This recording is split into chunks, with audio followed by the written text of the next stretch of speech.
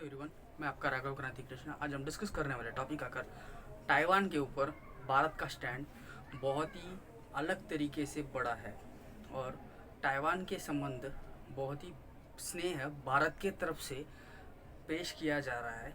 तो यही आज हमारा टॉपिक है।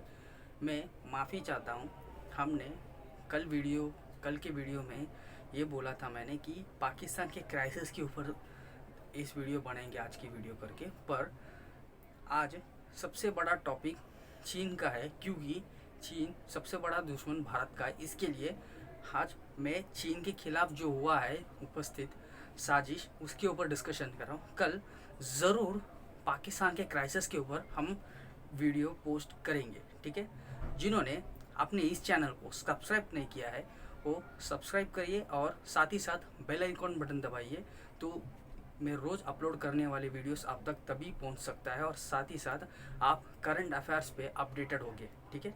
चलिए टॉपिक के अंदर चलते हैं।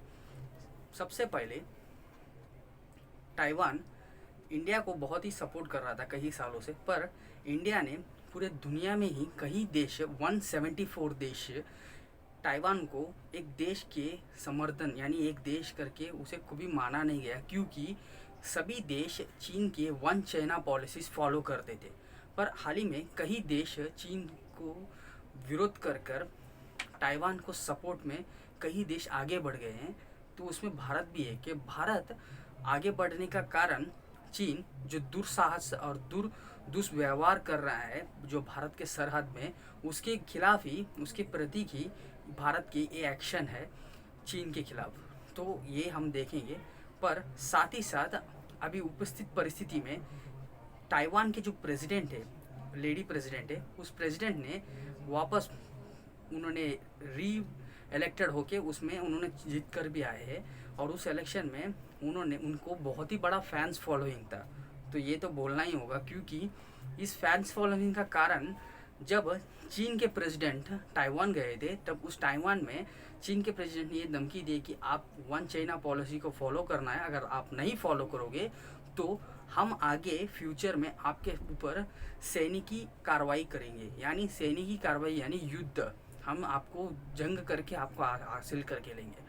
तो ताइवान के उस लेडी वुमेन प्रेसिडेंट, यानी कई लोग सोचते हैं कि महिलाएं बहुत ही चालाकी एक्शन और सेल्फ डिसीजन जल्दी नहीं ले सकते करके, पर ऐसा नहीं है। और ये बात हमने भारत में भी देखा है इंदिरा गांधी के समय में, और उपस्थित अभी ताइवान के भी इस लेडी लीडर के ऊपर भी हम इस विषय को समझेंगे कि उन्होंने बोले कि आपके सैनिक कार्रवाई भी होगा तो भी हम ताइवान के लोग आपको हमारे नेतृत्व करने के लिए नहीं मानेंगे करके इस बात को खुला कह दिया है। तो तभी ही चाइना ने उस विषय के ऊपर बहुत ही बड़ा टेंशन में आ गया था। पर अभी हाल ही में कोरोना वायरस के आउटब्रेक के समय में चाइना ने बहुत ही बड़े विषय सब बोल रही थी कि ये ह्यूमन टू ह्यूमन स्प्रेड नहीं होगा ऐसा वैसा करके, पर इन्होंने उनके देश के युवान के अंदर लॉकडाउन रखा था, पर दुनिया के देशों को बोला था कि नहीं नहीं कोरोना वायरस स्प्रेड नहीं होता ह्यूमन से। तब एक देश बहुत ही पहले कदम रखकर आगे बढ़कर एक विषय दुनिया को कहा था कि ये ह्यूमन टू ह्यूमन स्प्रेड होता है, वो देश है ताइवान।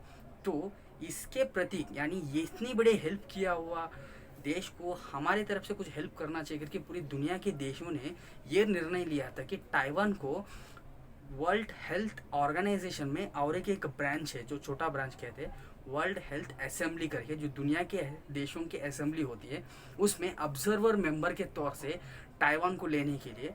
पर एक कई दिवसों डिस्कशन चल रहा था, अमेरिका ने सभी देशों ने इसका समर्थन कर दिया था, पर अभी उपस्थित परिस्थिति में चाइना और चाइना के सपोर्टेड देश ने इसकी बहुत ही बड़ी निंदा और विरोध करने लग गए थे।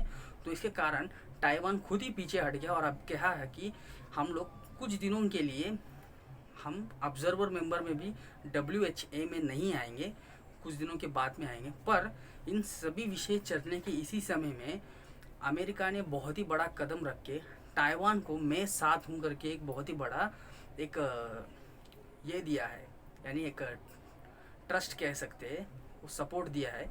और इस सपोर्ट की वजह से ताइवान को बहुत शक्ति बढ़ गई है। और साथ ही साथ अमेरिका के व्हाइट हाउस से एक लेटर गई है पेंटागन को, पेंटागन यानी जो हथियार, जो सैनिकी हथियार बनाती है, उसे ही, उस ऑर्गेनाइजेशन, उस कंपनी को ही अमेरिका में पेंटागन कहते हैं। और उस कंपनी को ये मैसेज चाइना, सॉरी, अमेरिका के सरकार ने दिया है कि आप लोग ताइवान को हथियार बेचो। यानी इस विषय से हम साफ साफ समझ सकते हैं कि अमेरिका युद्ध के लिए तैयार हो गया है। तीसरे विश्व युद्ध कह सकते हैं इसे हम, क्योंकि हम अगर भारत के देखेंगे, भारत के स्टैंड लेंगे, तो भारत के अंदर अमेरिका की सेना, वायुसेना उतर कर वापस उड़ान भरेगी तो बहुत ही बड़ा भूभाग को पार करना पड़ता है, क्योंकि तिब्बत के अंदर कोई लोग रहते ही नहीं और काली पड़ा है। तो तिब्बत को पार करने के बाद चाइना के बहुत ही बड़े बड़े शहर आते हैं। पर अगर हम वियतनाम की बात करेंगे तो वियतनाम का और अमेरिका का इतनी अच्छी दोस्ती नहीं है खास। तो इसके वजह से अमेरिका ने ताइवान के साथ लिया है, और अभी आने वाले दिनों में ज़रूर ताइवान को एक इंडिपेंडेंट नेशन के द्वारा नाम दर्जा मिल जाएगा। ये बात को हम पक्का कह सकते हैं, क्योंकि चाइना का, अगर कई लोगों को ये शक आता है कि वन चाइना पॉलिसी होता क्या है, और इंडिया ये one China policy traditionally follow क्यों करता आ रहा है। 1947 में जब वन चाइना, जब भारत आज़ाद हुआ था, तभी नेहरू जी प्रधानमंत्री थे हमारे। तब उस समय में चीन के अध्यक्ष आके नेहरू जी से एक रिक्वेस्ट किए थे कि आप चाइना के जो वन चाइना पॉलिसी है वो आप सपोर्ट कर दिया और समर्थन करिए, क्योंकि हमारे ही यही देश है, भूभाग है। ये ब्रिटिशों ने कुछ हमारे खिलाफ षड्यंत्र किए हैं। इसके कारण, मतलब ये दोनों देश यानी हांगकांग और ताइवान अलग के प्रेसिडेंट के रूलिंग के नीचे रहता है। तो फिर भी हम वन चाइना पॉलिसी में इन लोगों को लेके आते हैं। तो ये पॉलिसी से इंडिया समर्थन करके, यानी इंडिया तभी शांति प्रिय देश और अहिंसावादी था, और भारत को सभी देशों का समर्थन चाहिए था, क्योंकि तभी हम भारत से, अंग्रेज़ों से स्वतंत्रता लिए थे। तो इसके कारण उन्होंने समर्थन कर दिया था। पर कुछ सालों के बाद इंडिया के खिलाफ ही इन्होंने बहुत ही बड़ा युद्ध कर दिया, सब 62 के समय में। तो फिर भी इंडिया ने ये पॉलिसी, यानी वन चाइना पॉलिसी, कई सालों से ट्रेडिशनली फॉलो करता आ रहा था। पर अभी हाल ही में चाइना के खिलाफ, चाइना ने भारत के खिलाफ जो कार्रवाई कर रहे हैं सरहद में, इसके लिए चाइना के खिलाफ भारत ने भी एक बहुत ही बड़ी स्टेप आगे रखी है। और जो प्रेसिडेंट है ताइवान के, उस प्रेसिडेंट के अभी वापस उन्होंने जो री इलेक्ट होके आए हैं, तो उसमें उन्होंने 2 मेंबर्स को भेजा है इंडिया के तरफ से, कि उस मीटिंग में पार्टिसिपेट होने के लिए और उनको कंग्रेचुलेशंस बोलने के लिए। तो ये बहुत ही बड़ा टेंशन पैदा कर दिया है कि चाइना को, और साथ ही साथ इस मीटिंग में 41 देश गया है। आप ऐसा सोचोगे कि मीटिंग यानी सभी देश के लोगों ने प्लेन पकड़ के ताइवान में, तो ऐसे नहीं। उन्होंने वीडियो कॉन्फ्रेंस में बैठे, और उधर जब उन्होंने पदवी स्वीकार कर रहे थे, उस स्वीकार को इन लोगों ने यहाँ से वीडियो में देखे, और वीडियो में ही डिस्कशन हुआ है। तो ऐसे 41 देश के लोग उस वीडियो कॉन्फ्रेंस की तरफ से डिस्कशन किया गया था। और साथ ही साथ उस 41 देशों में भारत के 2 एमपी भी गए थे, और भारत भी एक देश है। और साथ ही साथ ये 2 एमपी बीजेपी के थे, ये भी बात बताता हूँ। तो ये टॉपिक, यानी चीन को बहुत ही टेंशन तो दिया है, पर चीन प्रत्येक देश के खिलाफ नहीं बोला है, सभी देश 41 देशों के खिलाफ बोला है।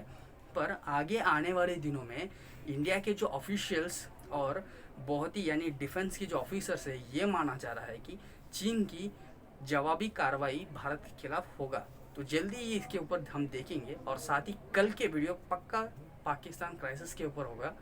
ये दोनों कहकर, और चीन की हर एक स्टेप को हम ध्यान देना चाहिए, और उसके ऊपर नज़र रखने के लिए अपने इस चैनल में बहुत ही अच्छी डिस्कशन हम इसके ऊपर कर रहे हैं।